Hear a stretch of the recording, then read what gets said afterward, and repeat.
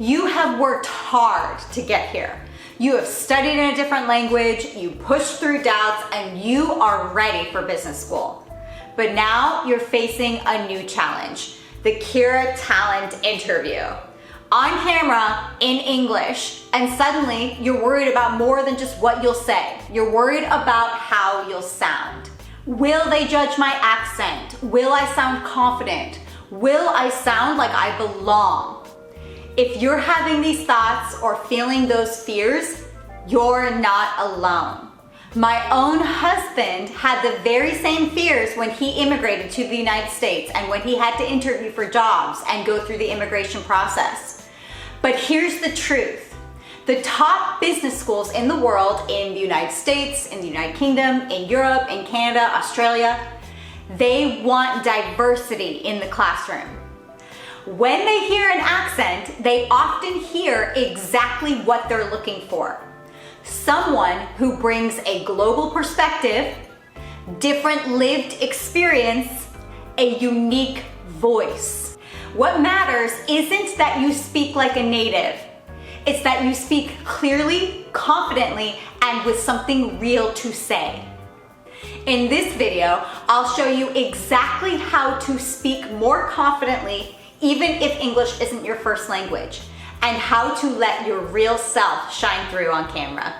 Hi, I'm Caitlin Anderson, graduate admissions consultant and Oxford MBA who has helped hundreds of students win interviews and offers to all the top business schools in the world, including Harvard, Stanford, Oxford, MIT, and Yale, and win over $1 million in scholarships.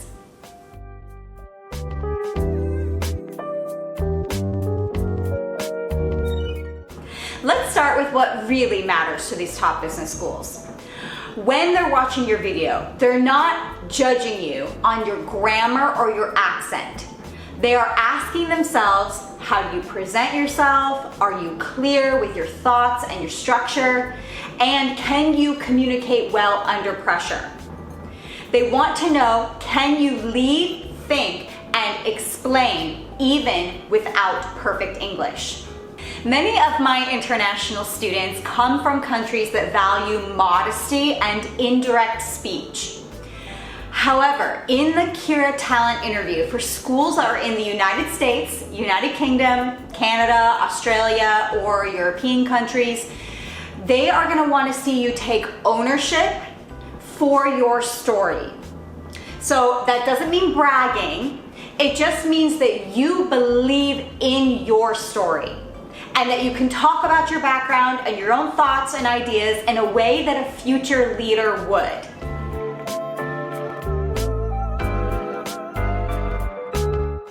I want to start by telling you about the 3 habits that are going to kill your confidence in the Kira Talent interview, and then we'll talk about what we can do to have a very strong performance. So the first habit that I see a lot of my international students doing is speaking too quickly. Now, I know that when we get anxious, we tend to want to rush our speech, and that's usually because we have so much that we want to say, and we don't want to lose that train of thought by forgetting it in mid-sentence. So we try to pack it all into what we're saying in that moment, and the problem with that is that it comes across as anxiety. So I always tell my students, fast equals anxiety, slow equals thoughtful. Even a slight pause before you begin speaking or the next idea can send a very strong message that you are composed under pressure. Habit number 2 is over-preparing your answers to the same questions. Now, I have to qualify this because I do train my students to use the same set of questions until you learn how to structure your answers very well under time. So you do want to practice with the same questions, but until a certain point, then you must practice with different kinds of questions that you've never seen before. And so actually I've created a list of questions so that you can use that list when you get to that point of knowing how to structure questions. You need to practice with ones you've never seen before, or else you're not going to have the skills that you need to do well in the Kira Talent interview.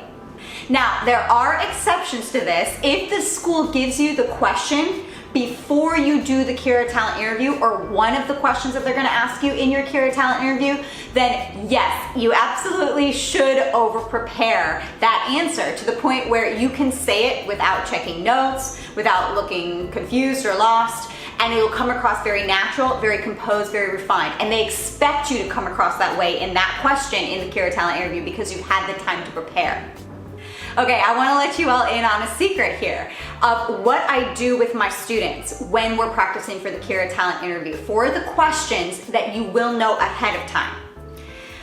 I will literally sit there, I'll have the Google timer up here, I'll have my phone timer, so it's the time that they get to think and read. I set that, and then I set the Google timer for 1 minute or 2 minutes, however long that school gives them. And then they will give me that answer live over and over. I've had students where I'm like, again, it's like a training session. I was a former professional dance competitor, and you just repetition is how you get the balance, how you get the composure, and this is the same thing for the career talent interview. So I will sit with my students, I'll say, okay, yep, that was good, that was not great, let's try this again, and then they'll do it again. And we'll do it like maybe 20 plus times on one session, if not more, depending on how long it takes them to get to the point where I feel like, okay, it's fluent, it's gonna come across well, the admissions committees aren't gonna have an issue. So that should be a good baseline for you as you're practicing to know that even with my students, they are doing it 20, 30 times each time we're practicing. So if you have 6 days to prepare, you should be doing that for that question that you know ahead of time. Habit number 3 is shrinking your voice or your body. Now, many of my international students will speak more quietly, like this on camera, or they might shrink their bodies and get kind of small, like this. And in a career talent video, there are very slight shifts, adjustments that we can make that will make a dramatic impact on how you are perceived by the admissions committee. For example, you can sit tall, or you can add a little smile to what you're saying, or you can look directly at the camera. And these things will make a huge difference in how your career talent interview video is going to be perceived. Now, I made another video that goes into very great detail about your body language and how you should sit and how you should speak to the camera and where you should look and all those details. I'm not gonna go into those here, but I would recommend that you go take a look, and that will help you improve your overall presence in the career talent interview. I know that when you realize that you have to do the career talent interview, it's usually immediate panic. So you start to feel like you don't have the time that you need to get yourself ready. And so I know that's a concern, but I would definitely tell you to work on your body language during the little amount of time that you have. Because from experience, I know that people interpret our body language differently than what we think they will, usually. As a former professional dance competitor, I would go and I would be doing a piece of my routine, and I would record it so I could see what it looked like and I could evaluate it afterward. And I would in the moment be feeling like, oh yes, I'm communicating exactly what I wanted to. It's gonna look so great. It's gonna nail all the technical parts and send a very strong emotional message to my audience. And then I would look at the recording and it definitely did not look like what I thought it was gonna be. And so that's why it's so important for you to first be aware that you need to address your body language and how you're sitting, how you're holding yourself, the way you're using your hands, where you're looking. All those things are going to come across and send a certain kind of message to your admissions committees. And you definitely wanna be aware of that and be sending an intentionally good, strong, confident, relaxed, professional, friendly message.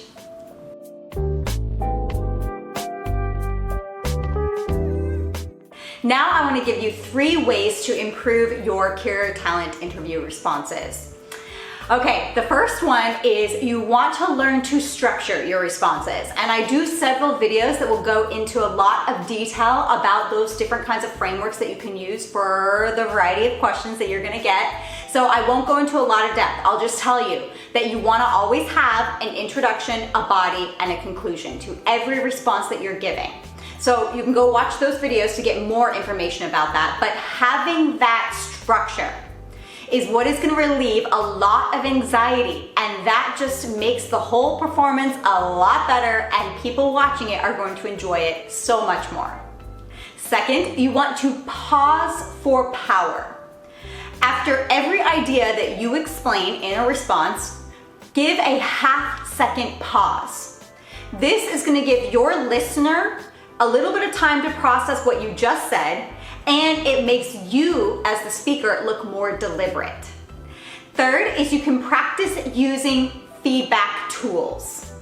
So I've had several of my international students use voice coaching apps like Elsa or Speako to improve their pacing, reduce the amount of filler words that they have, and improve their clarity. So you can do that and then watch it and improve yourself little by little.